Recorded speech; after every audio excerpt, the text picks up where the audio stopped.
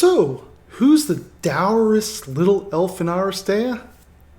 It couldn't be anyone but Oberon. Oberon is the support character for Legendary Bahadurs. He weighs in at a 6 initiative, very important. 5 movement, 5 energy, and 2 health. He goes squish. His defense weighs in at a blue and a black. Not great, but not the worst I've seen either. His brawl is a blue. His disengage is an orange, which is good because he does not want to stay next to anybody he doesn't have to. His character switch is a shield and a bang, draw 1 tactic. We all like tactic cards, don't we? So for his first ability, 3 points. 3 points. You'll remember when dreaming. It's an orange and a yellow. Upon success, you can search your deck for a tactic and put it in your hand, shuffle your deck. Essentially, he has stick to the plan built in, except your opponent doesn't get to draw a card as well. This is a fantastic ability. It is expensive. But you do have a not terrible chance of getting your switch, and is probably something you're going to want to do fairly often. There's no range on this because it only affects him. Next up for 2 points, you're going to have You'll Forget When Waking. It's an orange, it's a yellow, it has range 1 to 5, no line of sight required. So this is a little involved. Upon a success, you get to impose the silenced state to the target. Now, this does not specify that the target has to be an enemy. There are some very specific cases where you might want to actually silence an ally. Hypothetically, say you've got Bachman there and you're afraid he's going to get gunned down. He has hidden on him,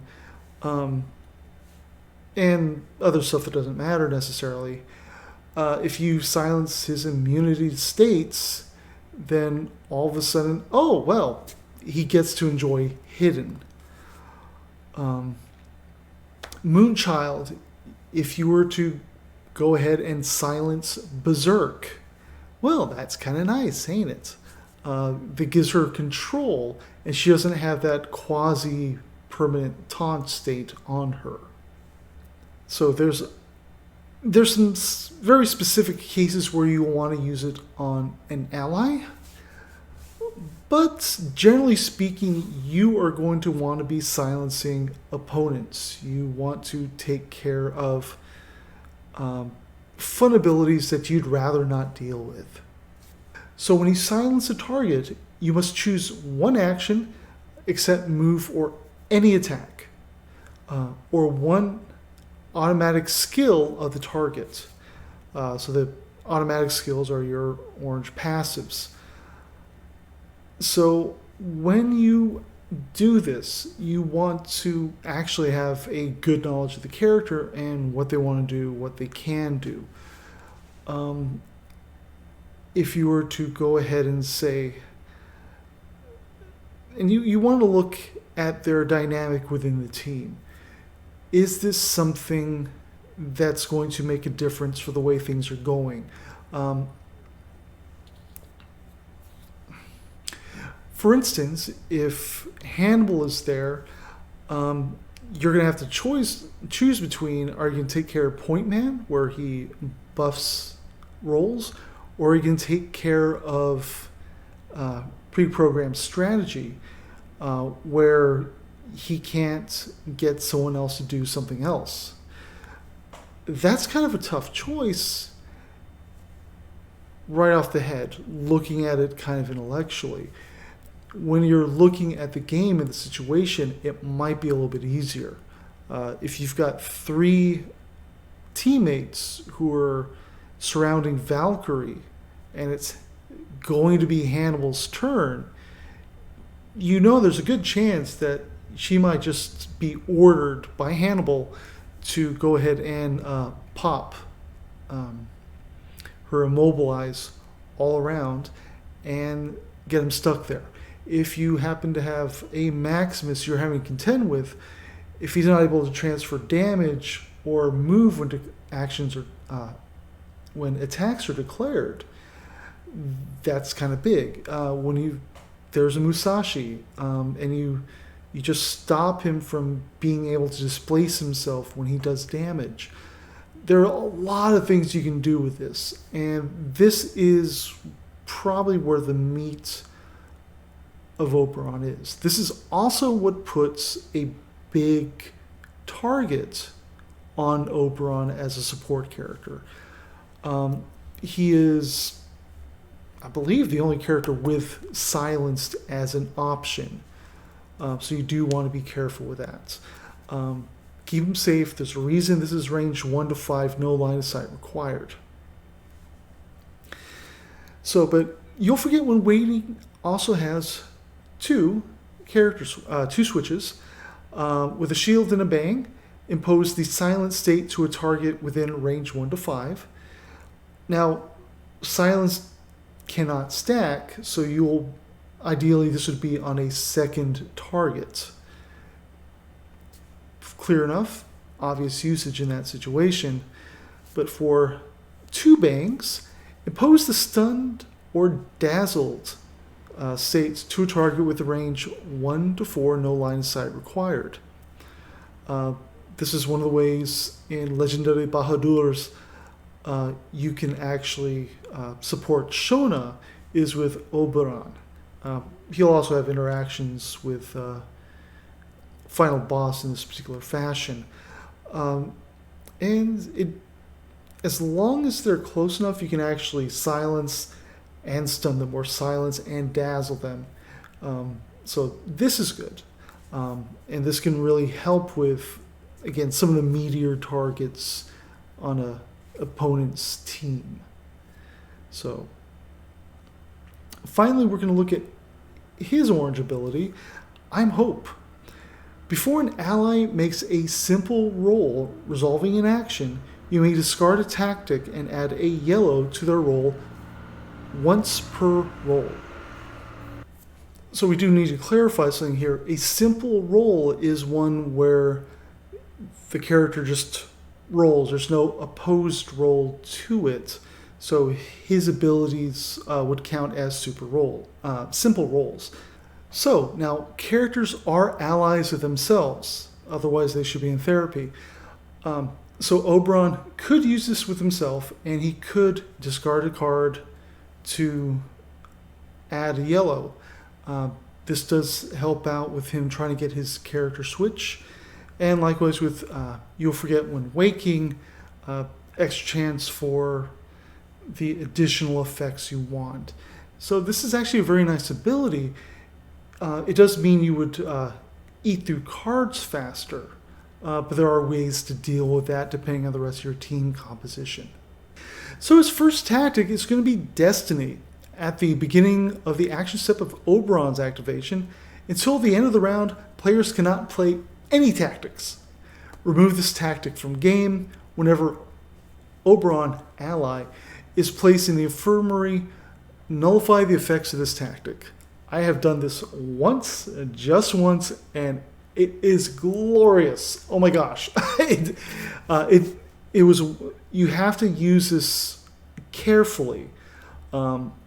This is a card your opponent will want to get rid of. This is, in addition to silence, something that people can overreact to, and for good reason. This is definitely noteworthy. If you can try and get someone to discard a card, this is the one you want them to discard. This is something that Tao Wu is going to go bothering you for trying to get rid of. Destiny is, when well timed, will literally mess everything up if you're not ready for it. And again, this is players. So that's both players, you and your opponents. Corvus Belli is planning a multiplayer expansion for Aristeia late 2020. So presumably this would extend to a 3 or 4 or however many player game as well. This is an amazing card. This card could literally be a game changer, but you need to be ready for it to go off so it doesn't screw you over as well. You cannot play this indiscriminately. Next up is going to be Delirium. During the action step of one of your character's activations, choose one card from your opponent's hand for each silent states imposed on either team. This is kind of important to notice. This is kind of important to note because there could be an enemy Oberon out there, or you could have Bachman returning favors. It's just how it works. Your opponent may draw the same number of cards from their deck. Shuffle the chosen cards into your opponent's deck. So basically, you're taking cards out, they're going to redraw to compensate, then you shove them back in. It is a soft denial. This is potentially this is a potentially powerful card. It's sort of offset by the possibility of they didn't have anything good and now they're drawing what they need. There is that risk there. If they happen to be low on cards, so say you take out 3, they draw 2, there's nothing left. Well, sucks to be them. But you do want to be aware of that fact. So I wouldn't necessarily say I wouldn't personally think it's a good game card to play early on. But as the game progresses and their options go down, this could be interesting. Despair is his next tactic. During the action step of one of your character's activations, choose a player and draw 3 tactics from their deck. Choose 2 of them and move them to the bottom of their deck. Put the remaining tactics in the chosen player's hand. Luck of the draw, again, you could draw trash, you could draw 3 great cards, and while you are delaying 2 of them, you're going to have to choose what that last one is. And if you choose 3 great cards, it's going right into their hands. They don't even have to draw for it. That could suck. I would say this is a little bit... It's kind of hard for me to feel when this would be best played. Early in the game, not so bad. Late in the game, when they've got less to go to get to those cards, not such a big deal. It is taking it out of their hand, and if they got 3 in their hand, nothing in their deck, well, it's going to be what comes up next. So, and again, they're getting a card out of it. So there's a chance risk there, but no, this is kind of a neat ability. I don't know if I would necessarily say it is a no-worthy card if they have ways to fetch things out. So stick to the plan, or if they have their own Oberon and they're drawing stuff. If they got Wild Bill and they're always drawing stuff. There are ways to deal with this. This is not the worst card he has in terms of overreaction. It potentially sucks, but it's not as bad as it could be. Finally, we're going to have Desire. During the action step of one of your character's activations, choose a tactic in your discard pile and place it next to your control panel. You can play that tactic as if it were in your hand. After playing that tactic, remove it from the game. So the wording on this is a little tricky. As we currently understand the rules, when you pick that card up and it's there in a control panel, you may play it as if it was in your hand, but playing it, which means I gain the effect of this, is different than, say, discarding it. If you actually had it in your hand and you discarded it, that's a different action. So we need to make, the reason I'm making this clear is, for instance, with Oberon's I'm Hope, say he used this ability, he gets a card and puts it on his control board, he cannot use that card and discard it in order to use I'm Hope. It's only virtually there, so to speak. Likewise, you cannot force someone to discard that card. It may only be played. It is entirely possible that an errata or a clarification will come about, but at this moment, that is our understanding of how this card works. And this is a very nice way to get the benefit of a card again, but it's not quite as good as being able to fish something back out with Wild Bill, because it removes it from the game. Now, that does prevent it from being abusable, but regardless, still a very good card. And if someone is going to spend desire to get a card, which means they'll then lose desire, they'll lose that tactic after using it a second time, it might well be worth saying no to. The reason being is once it's played that second time, it's gone. So it has to be something important and kind of probably at a clutch moment to use this as opposed to a better option, assuming they have one. So that's Oberon. He's actually one of the... takes a little more thinking about what you're doing with him. I think he is a support character. He needs to be protected. He is someone that can...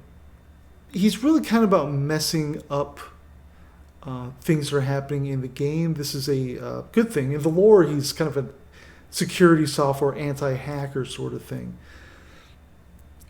And you want to use him sort of as your... you want to silence things that it's beneficial for you to silence, obviously. You want to be drawing more cards. And these are really... those two things alone, never mind his tactics, are reasons enough to get him off the board if you're playing against Oberon. When he starts... you start adding in his tactics... especially when you look at Destiny and how that literally can change everything for one round. He is a dangerous character. I would also say that him with a character that can manipulate states would be a lot of fun. Him plus Bachman could be very entertaining. Him and Shona Carano, because she utilizes the stunned and dazzle states with one of her tactics. Fantastic. Final Boss has got his stuff. There's just all sorts of good things that can happen. He's a very interesting support character, and I think he's worth the effort trying to learn, and I think he's worth the effort in protecting. That's it for this week. We'll talk to you soon. Like, comment, and subscribe. And we'll see you next week.